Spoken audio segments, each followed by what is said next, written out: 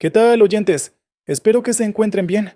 Aquí el señor Williams, y esta noche los invito a sumergirse en una colección única de relatos enviados de forma anónima, por aquellos que recorren las carreteras, selvas y rutas de México. Desde los caminos solitarios de los traileros hasta las noches en vela de los militares y los encuentros misteriosos de los choferes de autobús. Cada historia trae consigo ecos de lo desconocido y lo inexplicable. Así que, busca tu bebida favorita, ponte cómodo y prepárate, porque estamos a punto de comenzar.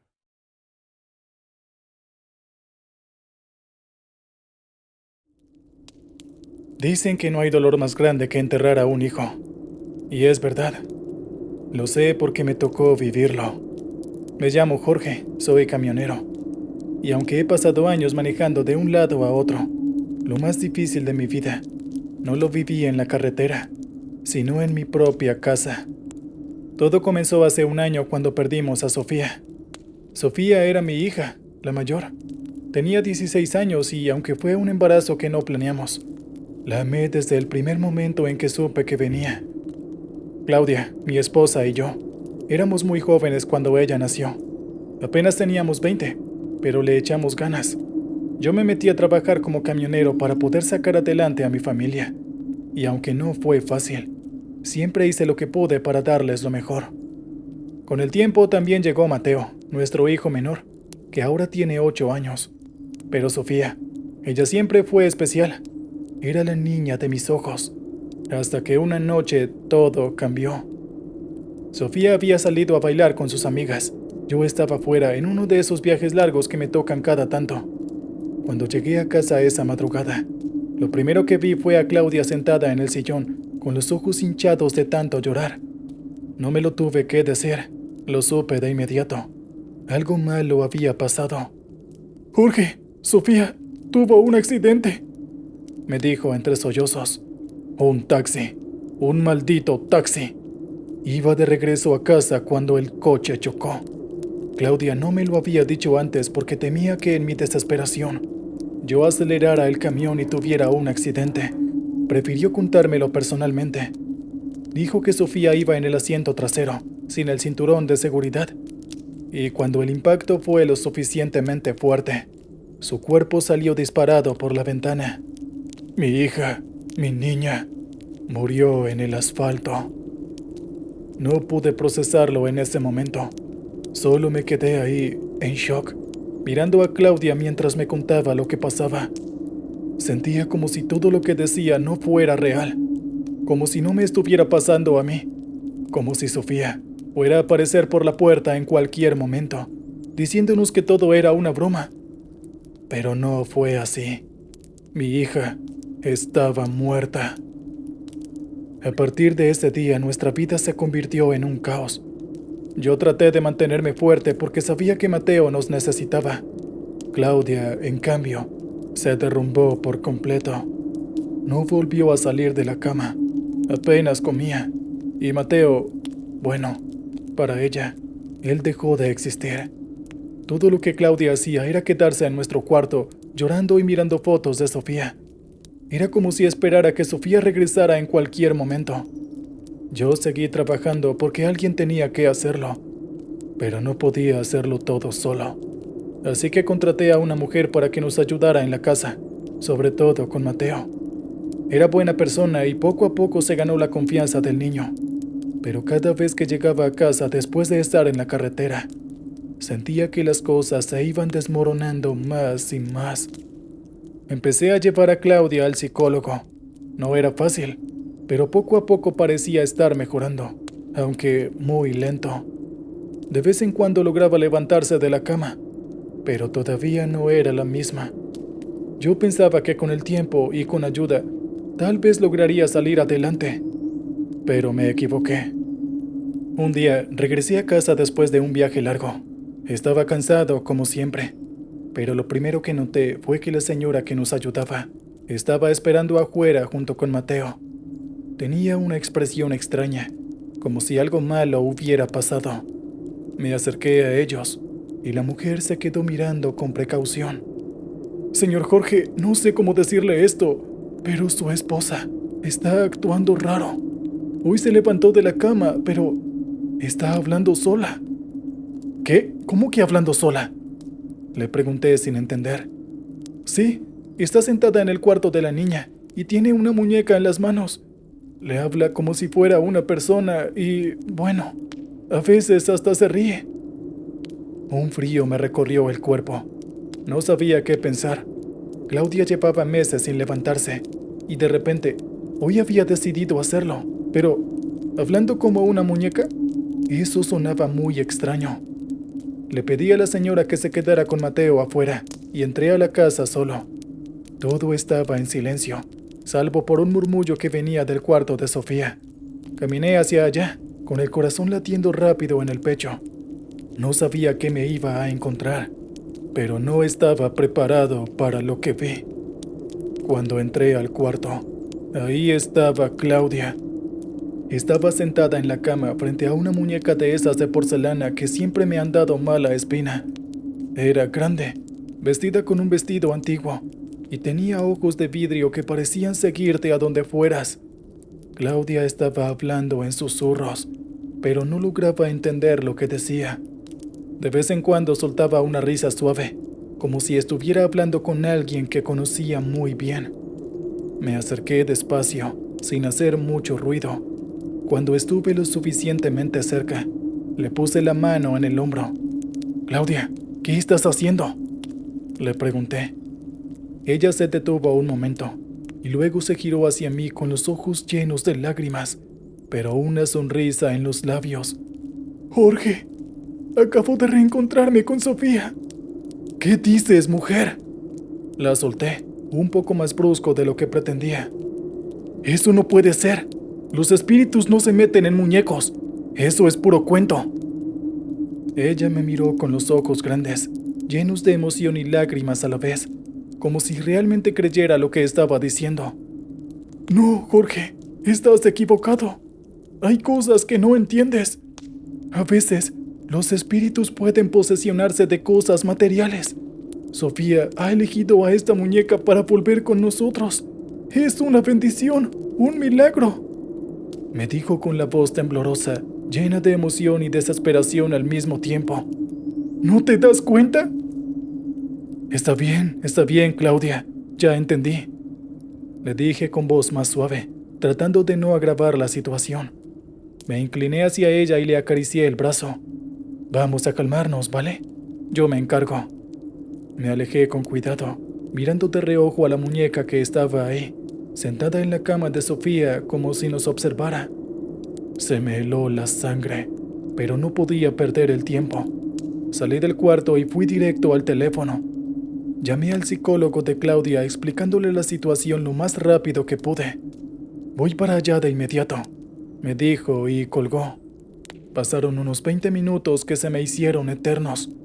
Claudia seguía hablando sola con la muñeca, y cada vez que soltaba una risa o susurro, se me ponía la piel de gallina. Finalmente el psicólogo llegó, y cuando entró a la casa y vio el estado de Claudia, su rostro lo dijo todo. Estaba preocupado, mucho. Después de hablar con Claudia unos minutos y escuchar cómo ella repetía que Sofía había vuelto, él me apartó a un lado y en voz baja dijo: «Jorge, esto me parece un brote psicótico. Tu esposa está en una crisis grave. No podemos dejar que siga así». No sabía qué hacer. Me sentía impotente. El psicólogo, con mucho cuidado, logró convencer a Claudia de que se dejara inyectar un sedante. Con engaños le dijo que era solo para que se calmara y descansara mejor. Entre él y yo la llevamos a la cama, donde se quedó dormida casi de inmediato. El médico me dijo que volviera a llamarlo en cuanto tuviera novedades, que cuidara de Claudia y la observara de cerca. Le pregunté si acaso no sería mejor internarla, pero el psicólogo negó con la cabeza. Era mejor que Claudia estuviera en casa, rodeada de sus familiares. Dejarla en un psiquiátrico podía hacer que su condición empeorara. Además, lo suyo no era tan grave. Quizás al despertar regresaría a la normalidad, aunque yo dudaba mucho de sus palabras. Esa misma tarde, mientras Claudia seguía durmiendo, pedí a la persona que nos ayudaba que se quedara un rato en la casa. Decidí llevar a Mateo a casa de mis padres, pues intuía que la cosa podía ponerse más difícil en cuanto Claudia se despertara. No podía quitarme de la cabeza la imagen de ella hablando con esa muñeca. No podía dejar que nuestro hijo la viera así. Yo estaba agotado, tanto física como mentalmente. Todo esto nos estaba destruyendo. Sofía, su muerte, lo había arrasado todo. Mientras caminaba hacia la casa de mis padres para dejar a Mateo, me di cuenta de que era Halloween. Ni siquiera lo había registrado en mi cabeza hasta que vi a los niños en las calles, disfrazados de fantasmas y brujas, corriendo de casa en casa pidiendo dulces. Papá, ¿por qué no celebramos Halloween como antes?, me preguntó Mateo con esa vocecita triste que me partió el corazón. No le respondí de inmediato, solo me limité a asentir, tragándome las lágrimas, porque sabía que él tenía razón. Todo esto había roto a nuestra familia, en pedazos, y ya ni siquiera recordábamos cómo vivir. Me arrodillé frente a él y le prometí: pronto, hijo, pronto todo volverá a la normalidad, te lo prometo. Mateo solo me miró con esos ojos grandes, llenos de tristeza, y luego asintió sin decir nada. Era un buen niño, pero esto lo estaba afectando más de lo que él mismo entendía. Esa noche me acosté junto a Claudia, que seguía profundamente dormida por el sedante. Cerré los ojos tratando de apagar el ruido en mi cabeza, pero no había forma de escapar. Apenas llevaba un rato acostado cuando escuché un ruido en la habitación de al lado, el cuarto de Sofía. Al principio pensé que lo había imaginado, pero luego el sonido volvió. Era como si algo se estuviera moviendo.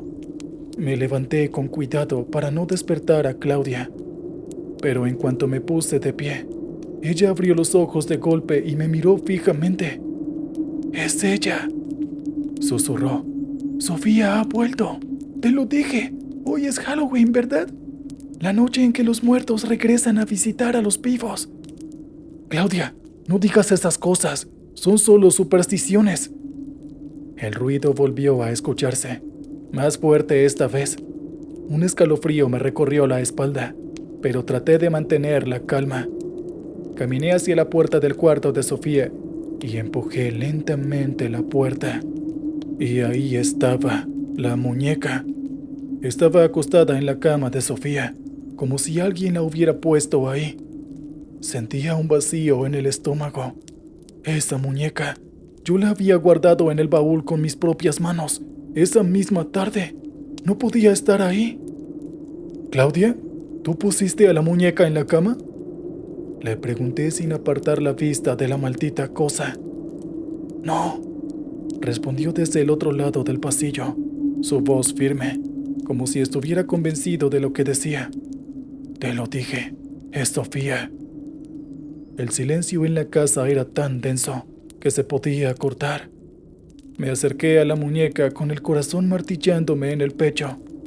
Algo estaba mal, muy mal. Sabía que la había guardado y no podía haber salido sola. Pero ahí estaba, con esos ojos vacíos que parecían mirarme fijamente. Respiré hondo. Me acerqué a la muñeca con la intención de quitarla de la cama y volverla a meter al baúl. Pero algo me detuvo, como si una corriente fría me recorriera la espalda. Una sensación que no pude describir bien, pero que me revolvió el estómago. Tragué saliva y la observé de cerca. Mi corazón latía rápido, tanto que sentía el pulso en las sienes. De repente, en un impulso estúpido, susurré: «¿Sofía? ¿De verdad eres tú?». La muñeca no hizo nada. No respondió, claro. Me sentí un imbécil por siquiera pensarlo. Agarré la muñeca con ambas manos temblorosas. La metí otra vez en el baúl y esta vez lo cerré con fuerza. Luego regresé al cuarto, donde Claudia seguía acostada. Yo me acosté junto a ella, pero no podía dormir. Mi mente daba vueltas pensando en todo lo que estaba pasando. Tardé horas en quedarme dormido, y cuando al fin lo hice, tuve un sueño horrible. Soñé que Sofía estaba dentro de ese baúl, encerrada. Lloraba y gritaba, golpeando la tapa con los puños. Me suplicaba que la sacara de ahí, que se le estaba acabando el aire.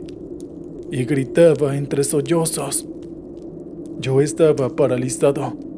No podía moverme ni responderle. Me desperté de golpe, con el corazón latiendo a 1000. Miré el reloj. Eran las 3 de la mañana. Sentí un sudor frío recorriéndome la espalda y me levanté todavía agitado. Caminé hasta el baúl donde había dejado la muñeca. Lo abrí con cuidado y mi corazón casi se detiene al ver que la muñeca ya no estaba ahí. No puede ser, susurré. Busqué por todos lados y al final la encontré otra vez sobre la cama de Sofía, tal como estaba antes. El miedo se apoderó de mí. Retrocedí y cerré la puerta del cuarto con fuerza. Por un segundo, en la penumbra, me pareció ver que la muñeca sonreía, pero pensé que era solo ideas mías. Me regresé al cuarto. Claudia estaba despierta y me miraba con los ojos llenos de una extraña mezcla de tristeza y convicción. ¿Ahora me crees?, me dijo. ¿Has visto? Nuestra hija está allí, en la muñeca. Apenas Claudia terminó de decir eso, escuchamos unos golpes suaves desde el pasillo. Mi corazón se me fue al piso. Sentí el miedo subir por mi garganta. Claudia se levantó de la cama. «Es ella, Jorge. Es Sofía. Ha vuelto. Te lo dije». Su voz tenía una especie de urgencia que me ponía los pelos de punta. Yo no sabía qué hacer. Cerré la puerta de nuestro cuarto con seguro. Y entonces los golpes se intensificaron. Alguien o algo estaba tratando de abrir la puerta del cuarto de Sofía. Luego escuché el sonido de la puerta del cuarto de nuestra hija abriéndose. Y luego escuché los pasos. Eran pasos pequeños como los de una niña y se acercaban a nuestra puerta. Claudia se levantó de golpe y se dirigió hacia la puerta. «¿Sofía? ¿Eres tú? ¡Has vuelto, mi amor!», gritaba desesperada. Yo me puse enfrente de la puerta bloqueando el paso. «No abras la puerta, Claudia. No lo hagas». «Déjame, Jorge. Es nuestra hija. Ella ha vuelto. Tenemos que abrirle», me gritaba empujándome con todas sus fuerzas. Yo sabía, lo sentía en lo más profundo de mis entrañas, que lo que estaba del otro lado no era nuestra Sofía. Claudia me empujaba, intentando abrir la puerta, pero yo no la dejaba. «No es ella, Claudia. No es Sofía. Es otra cosa. No sé qué es, pero no es nuestra hija», le gritaba mientras la empujaba de vuelta hacia la cama. Ella se echó a llorar. «No, es ella. Es Sofía. ¿No te das cuenta, Jorge? Es un milagro.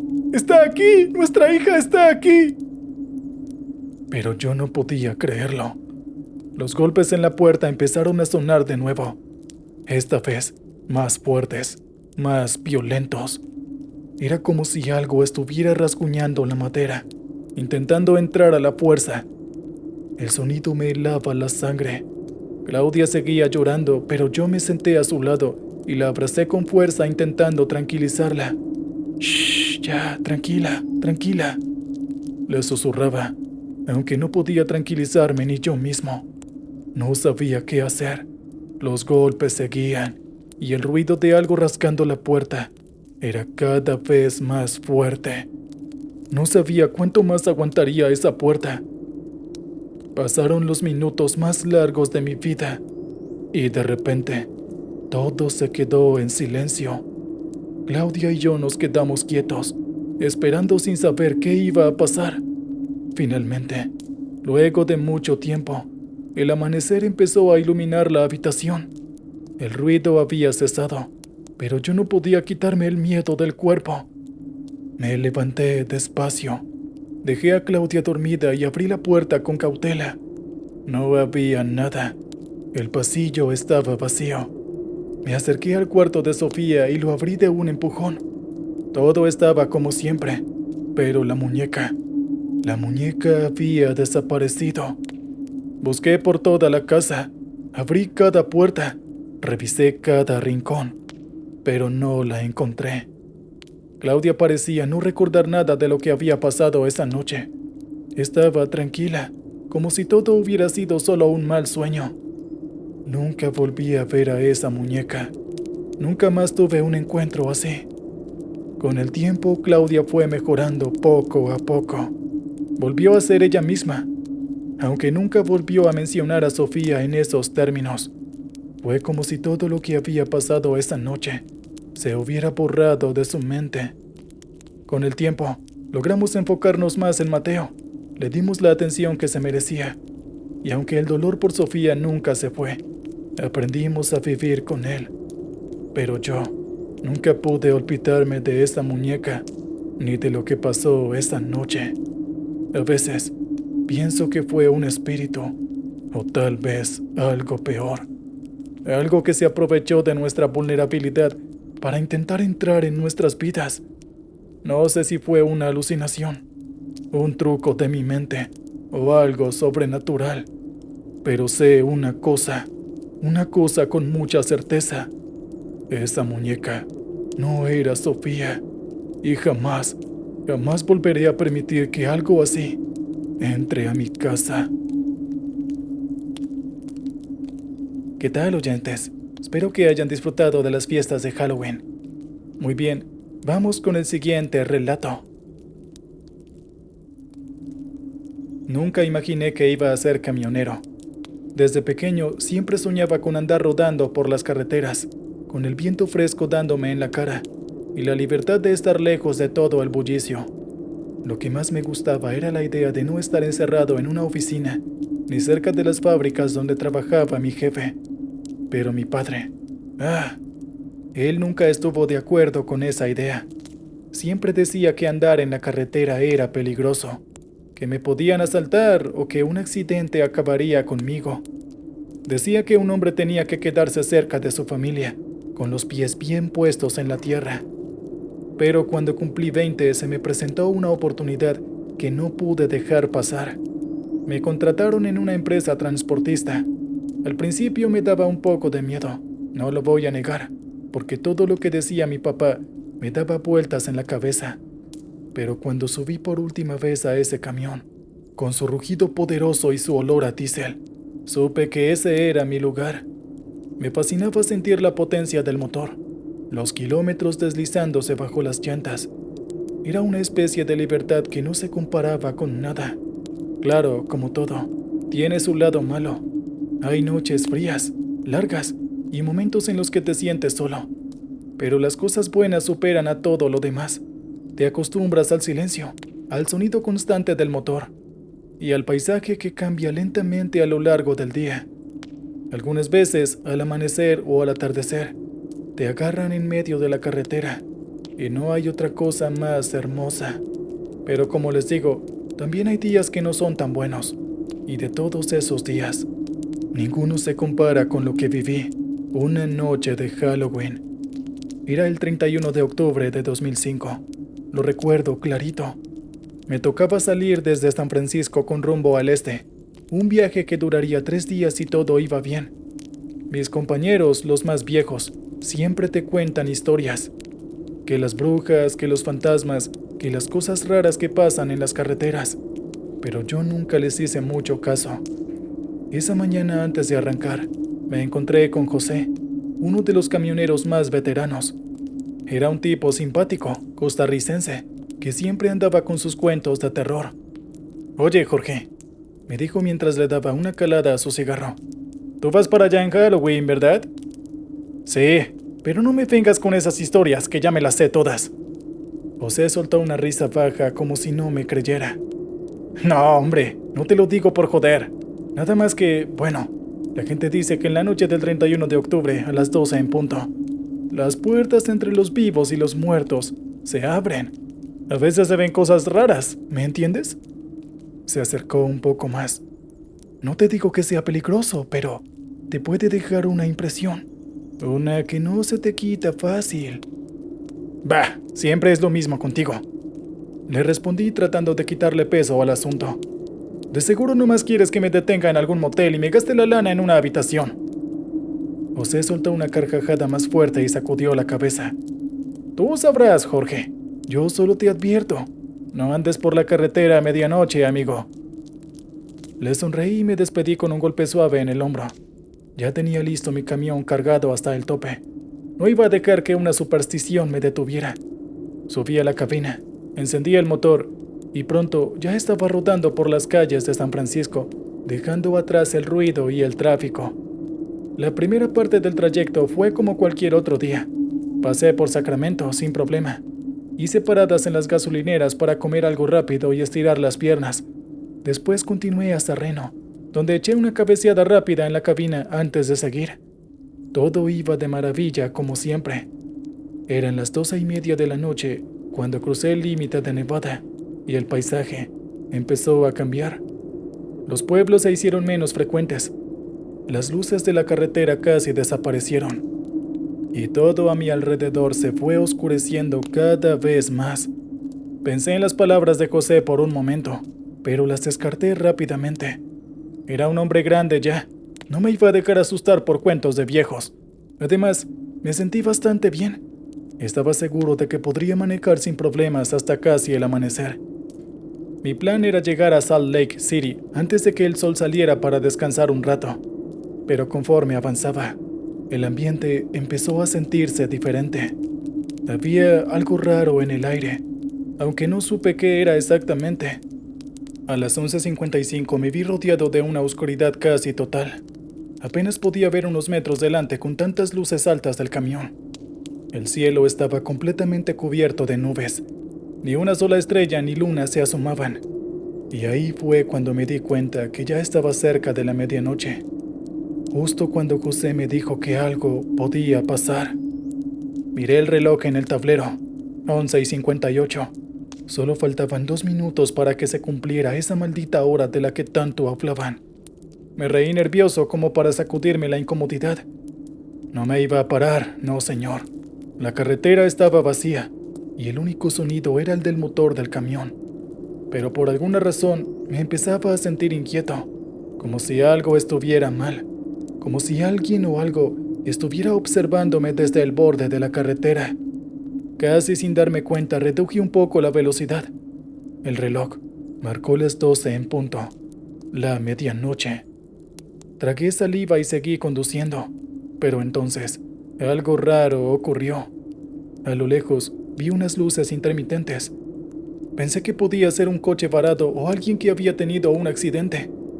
No sería la primera vez que me encontré con algo así en medio de la nada. Pero conforme me acercaba, las luces se hicieron más débiles, casi como si estuvieran parpadeando. Pasé junto a ella, y al verla de cerca, me recorrió otro escalofrío. Parecía una especie de esfera luminosa, flotando a unos metros del suelo. Por un momento pensé en detenerme para observarla mejor, pero esa idea me costó un segundo antes de que mi instinto me dijera que siguiera, que no me detuviera por nada. Seguí conduciendo, pero lo peor estaba por venir. Apenas había pasado un par de kilómetros, cuando vi otra luz, idéntica a la primera. Esta vez me puse más nervioso. ¿Qué demonios era eso? No había coches, no había señales de vida, pero esas luces seguían apareciendo a los costados de la carretera. Lo más extraño era que no parecían estar ahí por casualidad. Parecían colocadas, como si estuvieran marcando un camino o algo. Cuando vi la tercera luz, ya no aguantaba. La inquietud se había convertido en miedo. ¿Por qué estaban apareciendo cada pocos kilómetros? ¿Qué querían? De pronto, las palabras de José me vinieron a la mente. Las almas de las personas que murieron en la carretera. Se me secó la boca de golpe. No podía ser. No, esas eran puras supersticiones. No. Pero conforme pasaban los minutos, no podía sacarme esa idea de la cabeza. José me había advertido, y yo no le hice caso. Ahora, esas luces extrañas, esas almas, estaban ahí, en el mismo camino que yo recorría. Cada vez que veía una de esas luces, me entraba un terror indescriptible. Mi único consuelo era que no podían acercarse al camión. El miedo me tenía tan concentrado en esas luces que casi no vi la curva que se aproximaba. Apenas alcancé a reaccionar. Giré el volante bruscamente y el camión se tambaleó, pero logré mantener el control. Cuando enderecé el camión, fue cuando lo vi. Ahí, justo en esa curva peligrosa. Había 4, 5, quizás más de esas luces flotando en el aire. Eran como faros, pero mucho más tenues y sin ninguna estructura. Era como si simplemente hubieran aparecido de la nada, flotando sobre el pavimento. Pasé junto a ellas, casi rozándolas. Pude sentir cómo el aire se volvía más denso a mi alrededor, como si esas cosas estuvieran absorbiendo la energía del lugar. Me temblaban las manos en el volante y el corazón me palpitaba tan fuerte que parecía que me iba a estallar el pecho. No debí seguir, no debí seguir. Repetía en mi cabeza una y otra vez, maldiciéndome por no haberle hecho caso a José. Ahora todo encajaba. Las advertencias, los cuentos, todo. Estaba en medio de algo que no entendía. Algo que no era para mí. Las luces seguían apareciendo, cada vez más cercanas, más frecuentes, como si me estuvieran acorralando. Me aferré al volante como si mi vida dependiera de eso. Y en ese momento, realmente creí que sí dependía. No sabía qué hacer más que seguir adelante. Pero entonces, lo vi. A lo lejos, en medio de la carretera, una figura. Parecía una mujer delgada, vestida con un vestido largo y blanco, que ondeaba ligeramente con el viento. Parecía estar esperando, de pie, en medio del camino. Pisé los frenos con todas mis fuerzas. Las llantas chirriaron contra el asfalto, y el camión se detuvo a solo unos metros de la figura. Por un segundo, pensé que la había atropellado. Pero al asomarme por el parabrisas, ahí seguía de pie, inmóvil, justo frente a mí. Me miraba, o al menos eso sentía, aunque no podía ver su rostro con claridad. Era como si estuviera envuelta en una especie de neblina. ¿Qué demonios?, murmuré, sin atreverme a moverme. La figura no se movía tampoco.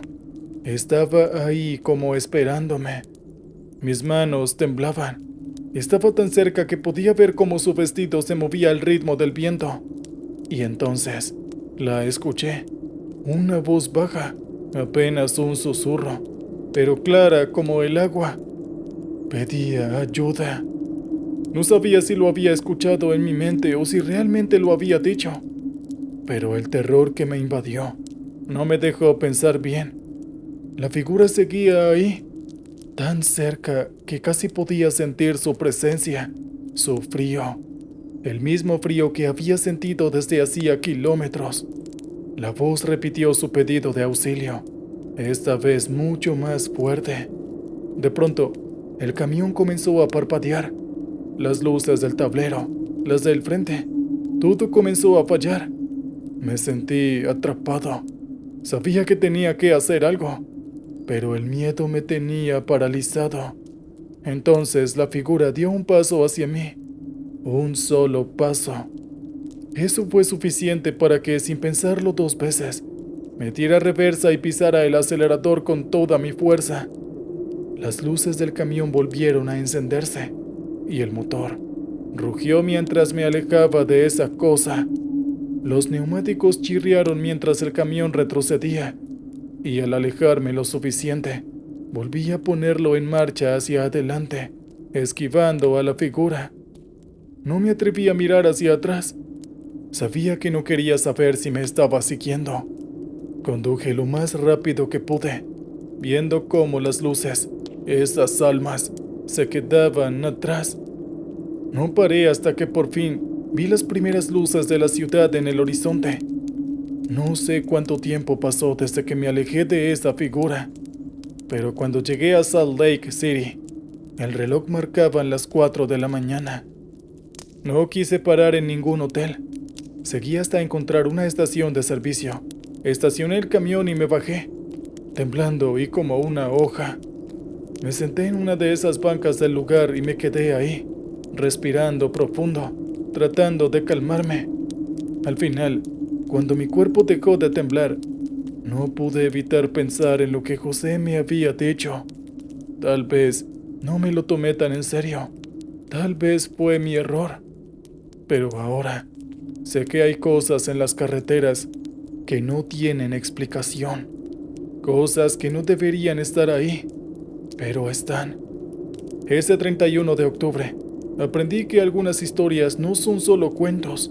Algunas son advertencias. Y créanme, si alguna vez andan por las carreteras en Halloween, mejor busca un lugar donde descansar, porque en las sombras nunca sabes qué o quién te pueda estar esperando.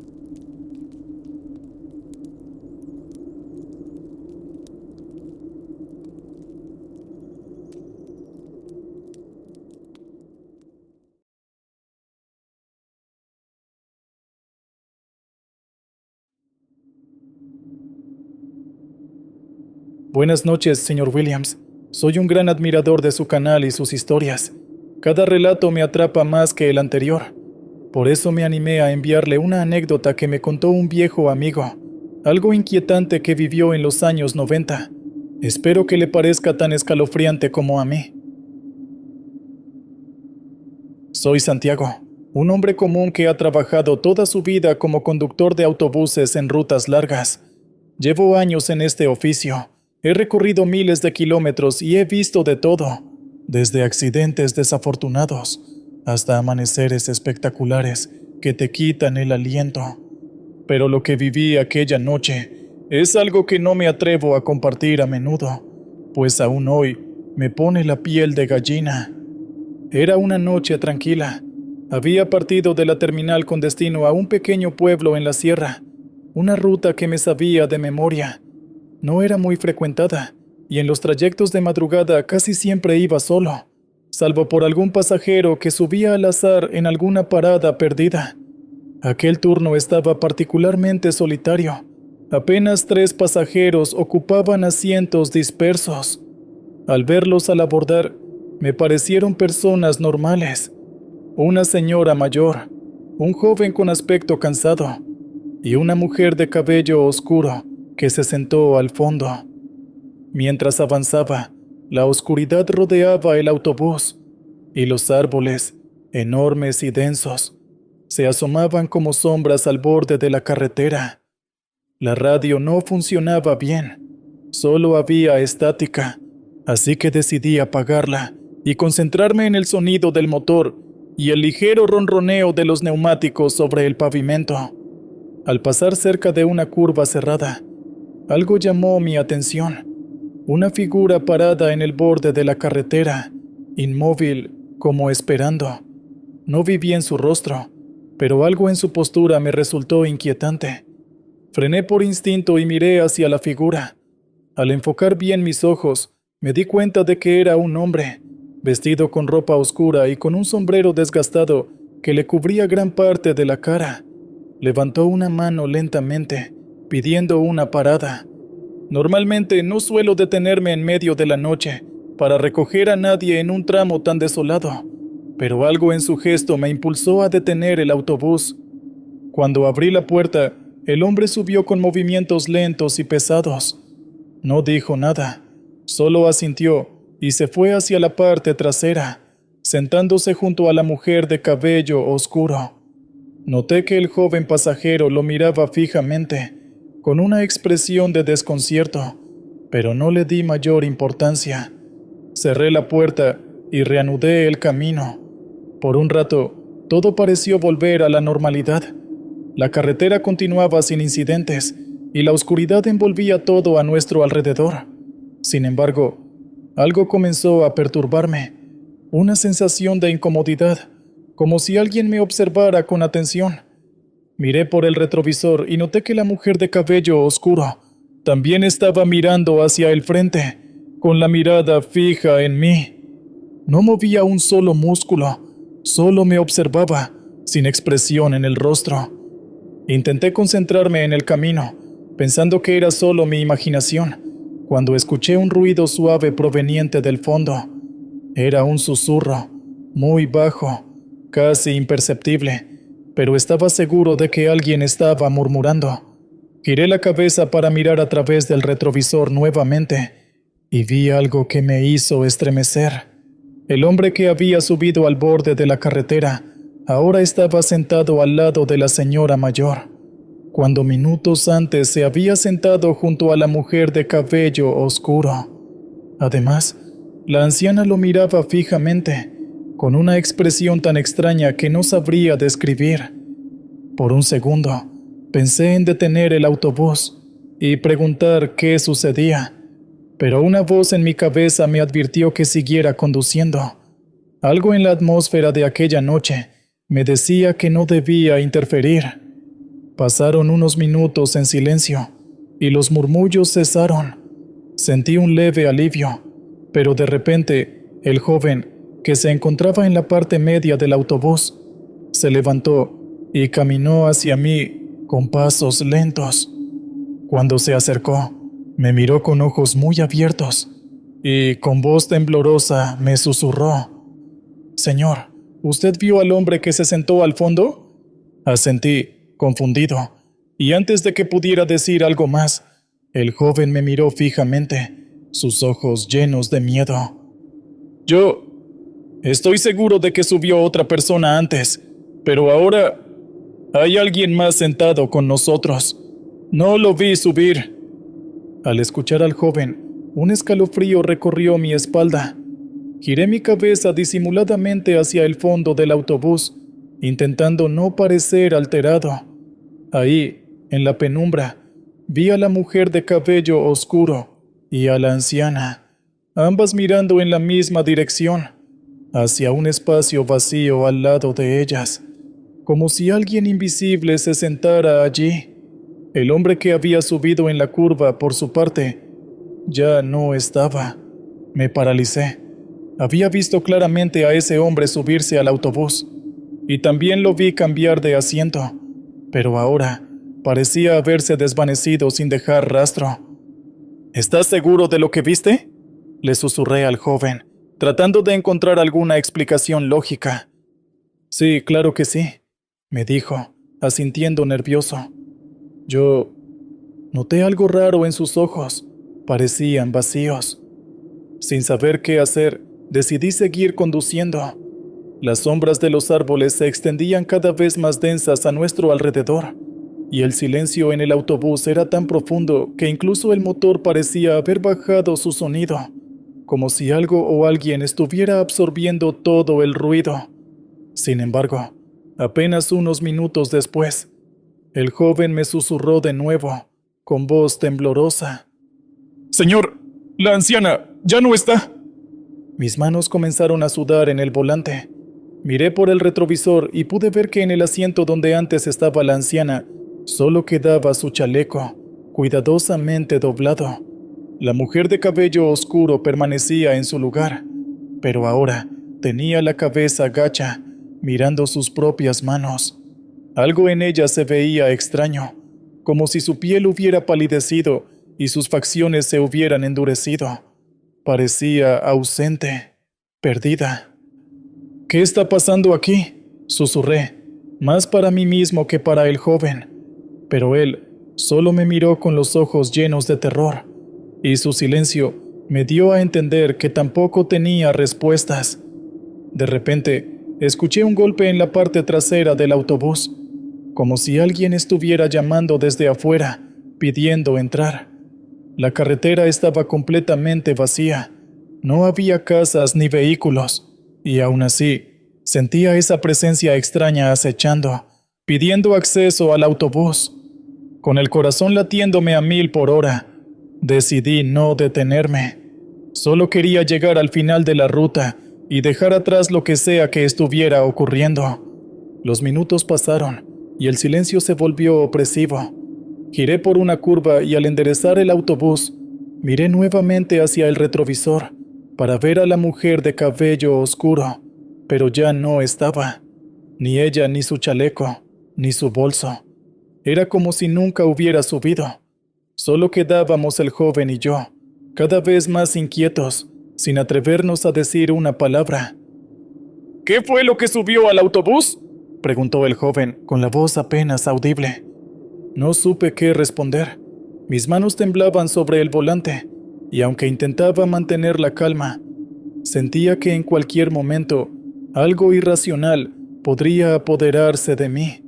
Apreté el volante y traté de enfocarme en el camino. Solo debía continuar hasta llegar a la terminal del pueblo, y, al llegar, todo esto acabaría. No supe qué responder.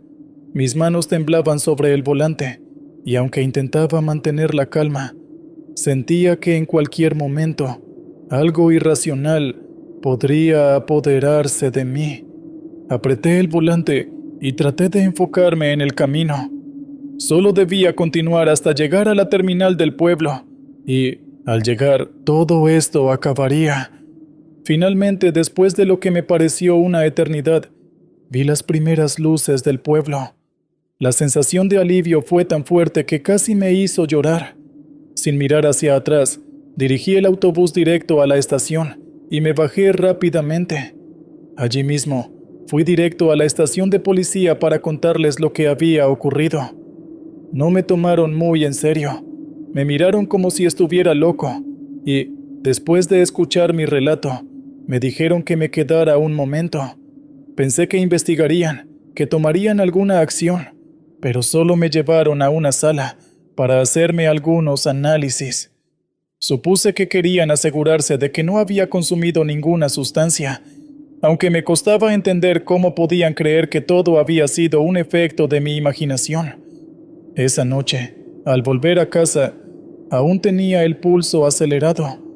Todo lo que quedaba en mi cabeza era una duda aterradora. No sé qué fue lo que subió a mi autobús. Nunca sabré si fue real o si solo fue producto de una noche de pesadilla. Prefiero no saberlo.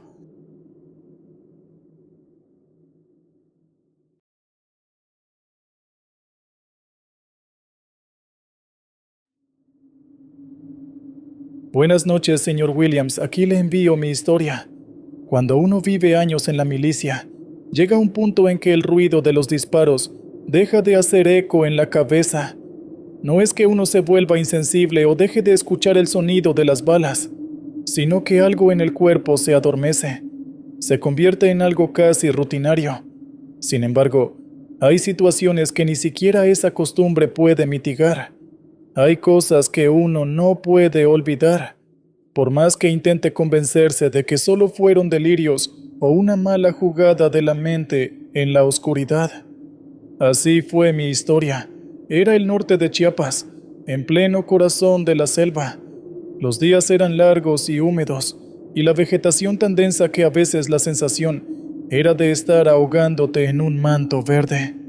Cada paso en esa maleza requería esfuerzo, y todo el tiempo uno tenía la sensación de que algo o alguien lo observaba entre las ramas.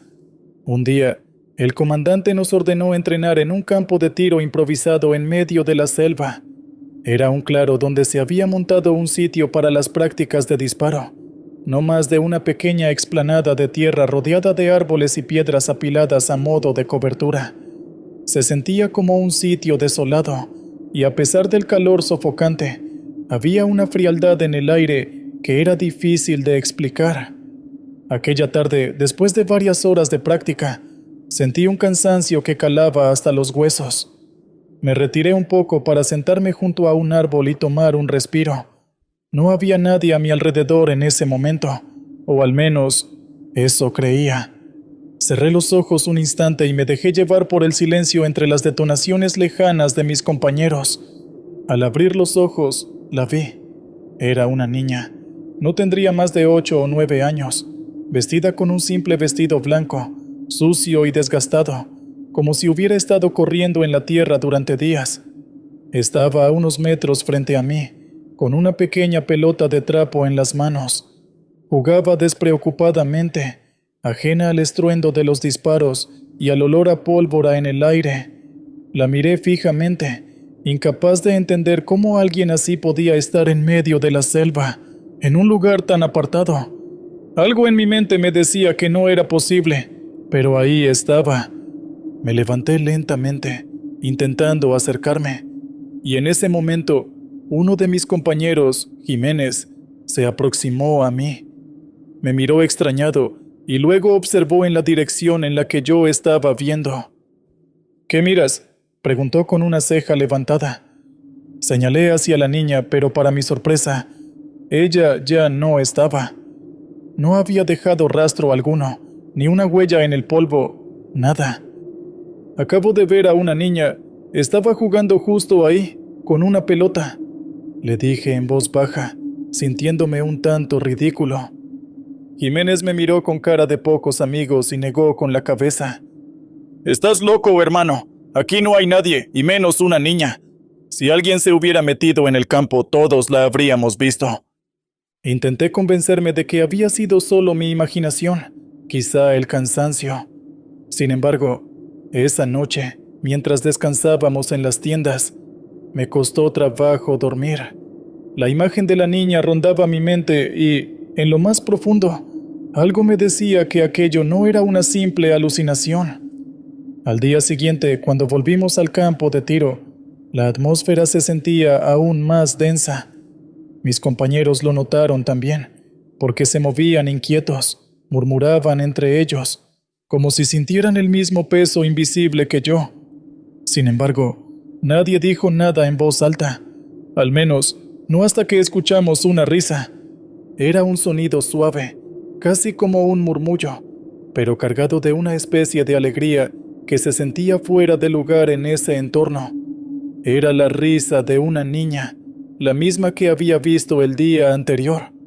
Mis compañeros y yo nos miramos con el rostro pálido, cada uno sujetando con más fuerza sus armas, aunque sabíamos que no había nada que enfrentar, al menos nada visible. ¿Escucharon eso?, murmuró Reyes, uno de los más jóvenes del grupo, mirando a su alrededor con ojos desorbitados. «Sí», respondí, y fue entonces cuando todos asintieron, cada uno con el rostro marcado por una mezcla de temor e incredulidad. De repente, la risa cesó y la niña apareció de nuevo, esta vez un poco más cerca. Jugaba con su pelota, lanzándola al aire y atrapándola, mientras nos observaba de reojo, como si supiera algo que nosotros no. Fue Jiménez quien intentó acercarse primero, con el rostro endurecido y el paso firme. «¡Oye, niña!», le gritó con una mezcla de exasperación y miedo, pero ella no respondió. Simplemente lanzó su pelota una vez más, y en el instante en que Jiménez dio un paso más hacia ella, se desvaneció, como si nunca hubiera estado allí. El miedo ya era palpable entre nosotros. Todos habíamos oído historias de apariciones en la selva, de almas perdidas que deambulaban entre los árboles, pero nunca pensamos que algo así nos podría suceder. Intentamos continuar con el entrenamiento, aunque los ánimos estaban por los suelos. Nadie hablaba, nadie se movía de su lugar más de lo necesario, y cada pequeño ruido nos hacía saltar de nervios. Pasaron algunos días sin más incidentes, pero cada noche, justo antes de dormir, alguien en el campamento afirmaba escuchar aquella risa tenue y escalofriante, como si la niña nos estuviera rondando. Algunos pensaban que era un mal presagio, que habíamos perturbado algo en ese lugar. Otros trataban de ignorarlo, aferrándose a la lógica y descartándolo como una alucinación colectiva. Una noche, sin embargo, la situación llegó a su punto máximo. Estábamos todos reunidos alrededor de una pequeña fogata, compartiendo historias de otros tiempos para distraernos. De repente, alguien arrojó algo a mis pies. Era la pelota de trapo de la niña, sucia y vieja, con marcas de barro fresco, como si hubiera sido utilizada hasta el cansancio. Nos quedamos en silencio, mirando el objeto con una mezcla de horror y desconcierto. «¿Quién hizo esto?», pregunté, intentando controlar el temblor en mi voz, pero todos negaron, con rostros tan pálidos como el mío. Nadie había tocado la pelota. Nadie, aparentemente, la había visto siquiera en todo el día. Sentí un escalofrío recorrer mi espalda. Esto iba más allá de una simple alucinación. Algo o alguien nos está jugando una mala pasada, murmuró Reyes, sin poder apartar la mirada de la pelota. En ese momento, una figura pequeña apareció entre las sombras de los árboles, parada justo en el límite de la luz de la fogata. Era la niña, de nuevo, mirándonos en silencio, pero esta vez no jugaba, ni reía. Su rostro era inexpresivo, y sus ojos oscuros nos miraban con una intensidad que me hizo sentir un frío en el alma. Se acercó un paso más, y luego otro, hasta que la luz de la fogata iluminó su rostro pálido y sus mejillas sucias. Había algo en su expresión que me hizo sentir que ella sabía algo que nosotros no, algo oscuro y profundo. ¿Por qué estás aquí?, me atreví a preguntar sin esperar respuesta, pero en ese instante ella abrió la boca y un sonido gutural, un lamento profundo y aterrador salió de su garganta, un sonido que no era humano. Fue como si el mismo aire se volviera frío, denso, como si un peso invisible se asentara sobre nosotros. Sin pensarlo, Reyes levantó su arma, apuntando directamente a la figura de la niña, pero en el momento en que sus dedos tocaron el gatillo, ella desapareció, dejando solo un eco de su risa en el aire, que se desvaneció lentamente. Esa noche ninguno de nosotros pudo dormir. La figura de la niña aparecía en cada rincón, en cada sombra. Cada vez que cerraba los ojos, la veía, con su rostro inexpresivo y sus ojos oscuros, observándome. Después de eso, no volvimos a entrenar en aquel campo de tiro. Algunos de nosotros pedimos traslado, otros simplemente renunciaron. Nadie quería regresar a ese lugar. Pasaron años, pero la imagen de aquella niña nunca me abandonó. A veces, cuando camino solo en la oscuridad, o cuando escucho la risa de un niño a lo lejos, siento que ella está cerca, que nunca realmente se fue. Esa niña, quien fuera que fuera, seguía allí, esperando en la selva, con su pequeña pelota de trapo y sus ojos oscuros, vigilando, como un recuerdo imposible de borrar, como una sombra persistente en mi memoria.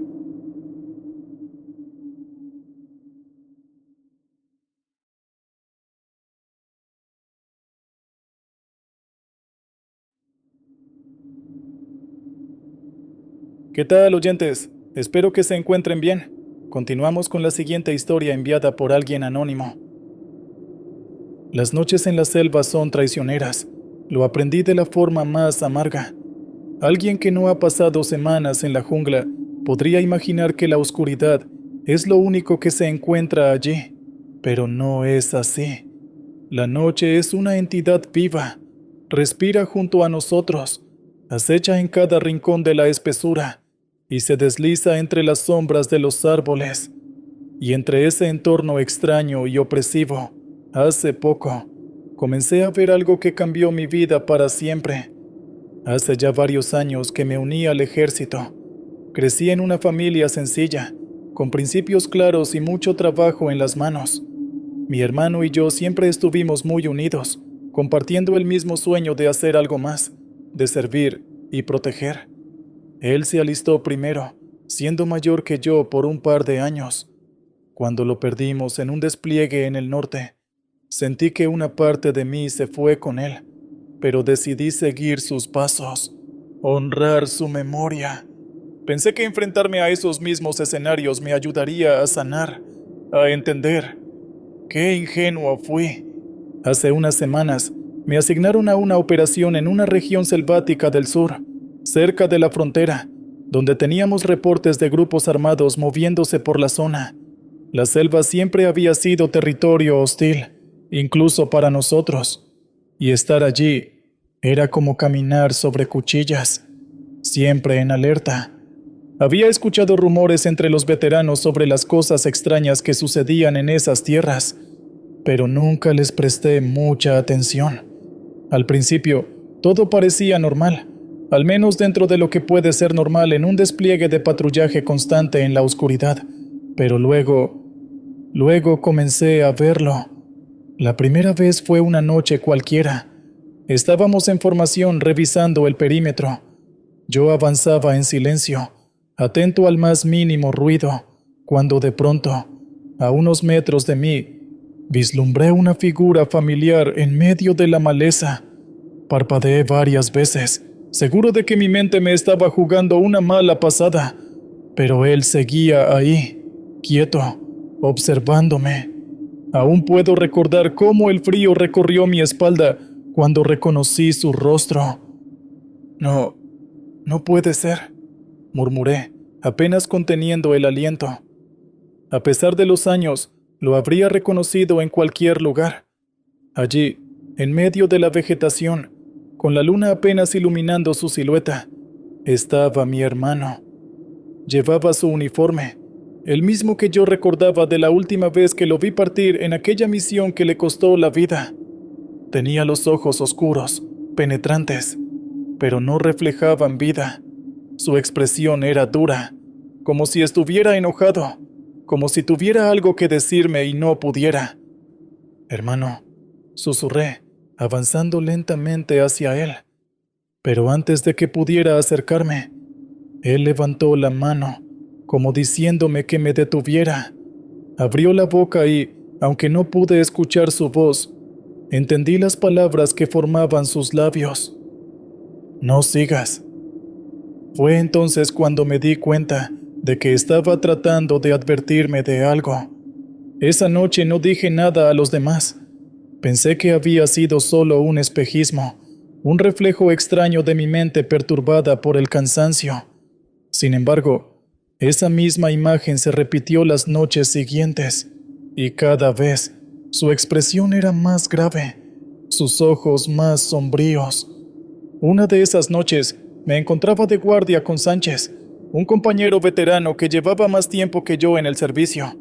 Sabía que él había pasado por esa región antes, y después de pensarlo mucho, decidí contarle lo que estaba viendo. «Sánchez, ¿alguna vez has visto algo raro en estas patrullas?», pregunté, tratando de sonar casual. Sánchez me miró con curiosidad, levantando una ceja. «Depende de lo que entiendas por raro», respondió, con una sonrisa cansada. Decidí ir directo al grano. «He visto a alguien que no debería estar aquí, mi hermano. Él murió hace años, pero yo lo he visto». Su expresión cambió de inmediato. Su rostro se tornó sombrío y apartó la mirada. «Escucha, muchacho», dijo después de un largo silencio. «Aquí no estás en casa. La selva. Este lugar tiene sus propias reglas. No eres el primero que ve a alguien que ya no está. Muchos que vienen aquí se encuentran con rostros que no deberían seguir viéndose». Quise insistir, pero Sánchez se levantó, murmurando que había que concentrarse en la vigilancia. Al quedarme solo, sentí cómo el silencio se volvía abrumador. Esa noche, escuché pasos cerca de mí, y al girar, ahí estaba él de nuevo, parado en medio de la oscuridad, mirándome con los mismos ojos muertos. Esta vez me armé de valor y le hablé. «¿Por qué estás aquí?», murmuré, sabiendo que quizá estaba hablando solo. Entonces, en un tono apenas audible, lo escuché. «Hermano, debes irte. Aquí no es tu lugar». Su voz era débil, distante, como si viniera de algún sitio muy lejano. Lo observé fijamente, tratando de comprender el significado de sus palabras, pero en un parpadeo desapareció. Esa advertencia quedó grabada en mi mente, y a partir de esa noche, mi vida se volvió una espiral de angustia y miedo. Cada noche era lo mismo. Lo veía aparecer, observándome desde las sombras, susurrándome esas advertencias, y cada vez parecía más insistente, como si el tiempo se estuviera acabando. Mis compañeros comenzaron a notarlo. Decían que estaba distraído, que parecía ausente, y no pude evitar que el miedo comenzara a corroerme. Había algo en la manera en que él me miraba, algo que me decía que debía hacerle caso. Una noche, después de otro de esos encuentros, decidí acercarme a Sánchez de nuevo, esta vez con una determinación que no había sentido antes. Sánchez, necesito saber qué está pasando aquí, le dije con la voz temblorosa. Esto no es normal, él me está advirtiendo de algo. Sánchez me miró en silencio y tras un momento suspiró, como si hubiera estado esperando que llegara a ese punto. Hace años, cuando estuve aquí por primera vez, también vi cosas que no tenían sentido, comenzó. Rostros conocidos, voces en la noche. Nunca entendí qué querían o qué buscaban. Pero una cosa te digo, este lugar no perdona. Si te advierten, debes escuchar. Tal vez esa sea la única oportunidad que tienes de salir de aquí entero. La expresión en su rostro me hizo sentir que las palabras de mi hermano no eran solo fruto de mi imaginación. Aquella noche me juré a mí mismo que seguiría su advertencia, pero el destino tenía otros planes. 2 noches después, estábamos de patrulla cuando escuchamos un ruido en la espesura. Era un sonido bajo, como el arrastre de algo pesado. Mis compañeros y yo levantamos las armas, listos para cualquier cosa. Pero entonces lo vi de nuevo, mi hermano, a unos metros de distancia. Sus ojos parecían más oscuros que nunca, y esta vez, con una voz apenas perceptible, susurró: «Vienen por ti». Antes de que pudiera entender, la vegetación frente a nosotros se abrió, y algo emergió de la oscuridad. La confusión fue total. Mis compañeros y yo comenzamos a disparar, pero era como si las balas no sirvieran de nada. Todo se volvió una mezcla de gritos, sombras y terror. Corrí, sintiendo el aliento de algo detrás de mí, algo que no podía comprender. Las ramas me golpeaban el rostro, mis piernas se movían por puro instinto, y solo tenía una imagen en mente, la de mi hermano mirándome desde la distancia, como un faro en medio de aquella pesadilla. Finalmente llegué a un claro, jadeando, apenas manteniendo el equilibrio, y allí, frente a mí, estaba él, con esa mirada dura y penetrante, como si estuviera esperándome. «Debiste haberte ido», me dijo con voz firme. Antes de que pudiera responder, la noche se cerró sobre mí y sentí un frío indescriptible. Todo se volvió negro. Cuando desperté, mis compañeros estaban a mi alrededor, sus rostros llenos de alivio y preocupación. Habían encontrado mi equipo esparcido, como si algo me hubiera arrastrado varios metros. Yo estaba cubierto de marcas, arañazos profundos y un frío que no desaparecía. «¿Qué pasó, hermano?», preguntó uno de ellos, pero no pude responder. Sabía que nadie entendería lo que había experimentado. Desde entonces, cada noche, en cada patrulla, siento su presencia cerca de mí. Sus advertencias se han vuelto más silenciosas, como si supiera que ya no puedo hacer nada. La selva tiene secretos que jamás comprenderemos, y yo soy solo una prueba viviente de que, a veces, aquellos que nos dejan no se van por completo. Nunca olvidaré esas palabras: «Vienen por ti», porque ahora entiendo que él nunca se fue, y que tal vez yo nunca saldré de aquí.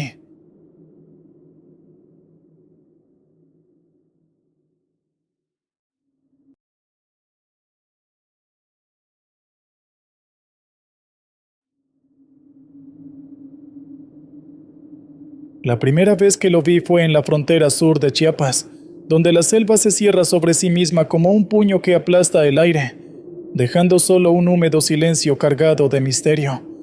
Llevaba ya varios meses destinado en la región, suficiente para acostumbrarme a la espesura, a los sonidos nocturnos y al penetrante olor de la tierra mojada, mezcla de humedad, hojas podridas y la presencia constante de cosas que acechan desde las sombras.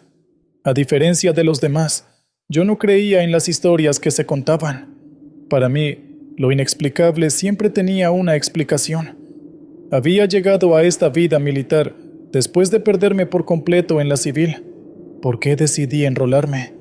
Tal vez por el anhelo de disciplina, o quizá simplemente porque necesitaba huir de algo. Pero aquí estaba, de pie en la frontera, sintiéndome observado por la selva misma. Esa noche, éramos 4, patrullando un sendero que se enredaba entre los árboles, avanzando en fila, en silencio. De vez en cuando, uno de mis compañeros soltaba algún chiste para aliviar la tensión, pero incluso eso parecía perderse en el inmenso vacío verde. Entonces, lo vimos. «Oye, ¿ves eso?», preguntó Martínez, el más joven del grupo, señalando hacia una colina a unos metros adelante. Al principio, pensé que era una de sus bromas, algo para pasar el rato, pero al levantar la vista también lo vi. Un hombre de pie, completamente quieto, vestido de negro, apenas visible bajo la luz de la luna, que atravesaba la espesa vegetación. Su figura era delgada y alargada, y aunque la distancia no nos permitía ver su rostro, el frío en mi pecho me dejó claro que estaba mirándonos fijamente. «¿Quién demonios es ese tipo?», murmuró García, apretando el fusil con nerviosismo. «Quizás sea alguien perdido», aventuré, aunque la verdad, sentía que había algo mal en esa figura, demasiado inmóvil, demasiado oscuro. Martínez, sin pensarlo 2 veces, dio un paso hacia adelante, levantando la voz. «Oiga, señor, ¿está usted bien?», gritó. Pero el hombre no respondió, ni siquiera se movió. De hecho, parecía que con cada palabra que decíamos, el ambiente se volvía más pesado, como si la selva misma comenzara a comprimirse a nuestro alrededor. Sin embargo, decidimos acercarnos. Avanzamos unos pasos, calculando la distancia, hasta que una ráfaga de viento frío nos golpeó de lleno. La sensación era extraña. El aire a nuestro alrededor se había vuelto tan helado, como si estuviéramos en una montaña nevada, y no en una jungla húmeda y cálida. Y entonces, de un segundo a otro, el hombre de negro simplemente desapareció. No dio media vuelta, no corrió. Un parpadeo y ya no estaba. «¿Qué? ¿Qué fue eso?», balbuceó Martínez con los ojos muy abiertos. «No lo sé, pero juraría que...». Mi voz se apagó mientras observaba el punto exacto donde el hombre había estado, un vacío inexplicable que ahora se sentía aún más desolado. Intentamos racionalizar lo que habíamos visto, diciéndonos que quizá había sido una ilusión, algún truco de la luz entre las ramas, pero en el fondo, todos sabíamos que no era verdad. Había algo en ese hombre que no era natural, y el helado silencio que lo acompañaba no era producto de nuestra imaginación. Esa noche, al regresar al campamento, nadie quiso hablar del tema, pero el frío, ese extraño frío, nos siguió. En cuanto cruzamos la entrada al perímetro de seguridad, sentimos que el aire volvía a la normalidad. Sin embargo, la sensación de que nos estaban observando nunca se fue. Pasaron unos días y la tensión en el grupo comenzó a crecer. Todos, en algún momento, aseguraban haber sentido el mismo frío en las madrugadas, y un par decían haber visto al hombre de negro desde la distancia, como una sombra que solo se dejaba ver de reojo.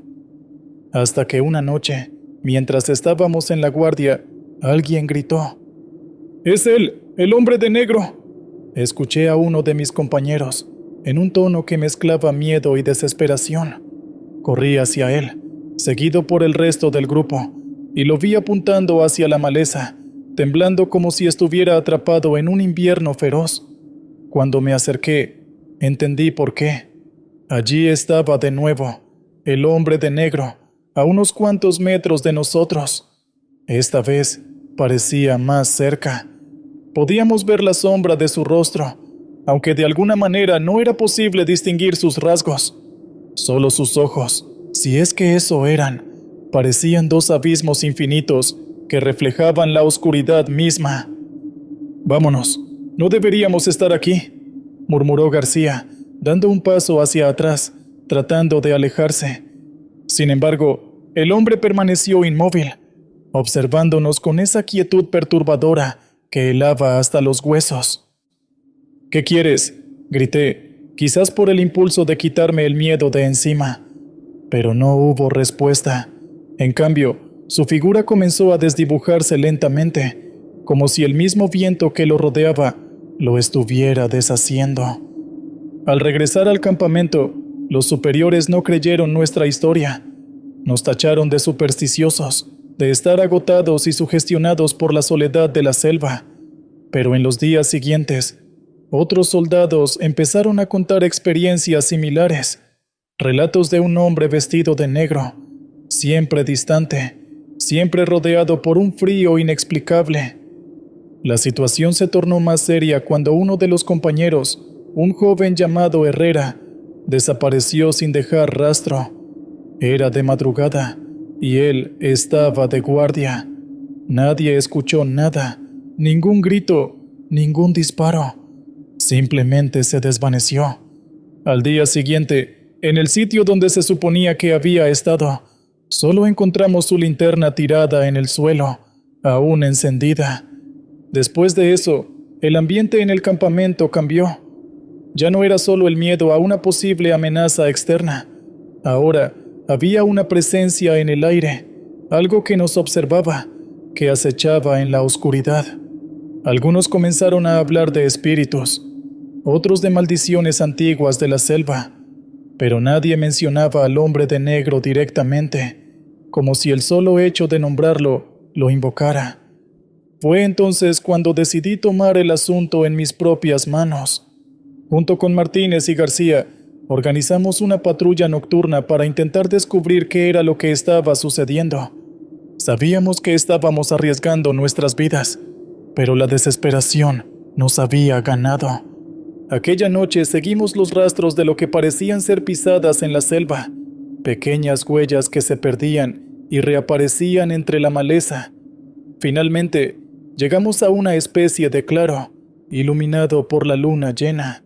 Allí estaba él, de pie, esperándonos, como si supiera que vendríamos. ¿Por qué estás aquí?, pregunté, con la voz apenas un susurro ahogado por el miedo. No obtuvimos respuesta, pero esta vez el hombre alzó una mano, señalando algo detrás de nosotros. Al voltear, sentimos que la piel se nos erizaba de terror. La silueta de Herrera, o lo que parecía ser él, se materializó entre las sombras, con los ojos desorbitados y el rostro cubierto de una expresión de absoluto horror.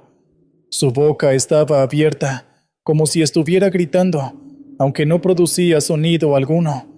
Martínez retrocedió, tropezando con una raíz y cayendo al suelo.